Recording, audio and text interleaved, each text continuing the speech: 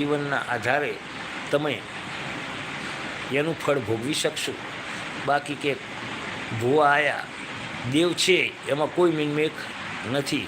પણ 32 લખણો કહેવત છે ને, માતાજી હોય તો 36 લખણો ભૂવો થાય. પણ અત્યારના ભૂવા એ પૈસાને પ્રાધાન્ય આપી દીધું છે. અત્યારના જ્યોતિષકારોએ પણ પૈસાને પ્રાધાન્ય આપી દીધું છે. એટલે ગરજવાનને અક્કલ હોય નહીં.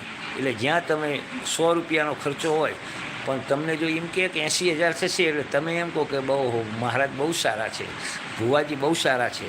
પણ તમે એ વિચાર કર્યું કે તમારે ગરજ છે એટલે પણ કર્મની ગતિ પ્રમાણે પણ છેલ્લે તમે જુઓ ને તો એ જ્યોતિષાચાર્ય હોય કે ભુવાજી હોય કે કોઈ પણ હોય, તમે જોજો છેવટે એમના સંતાનો ગાંડા જ પાક્યા હોય છે. એટલે હંમેશા શાસ્ત્રને આધીન રહી અને તમે કોઈ પણ કર્મ કરશો તો એ કર્મનું ફળ તમને પણ મળશે અને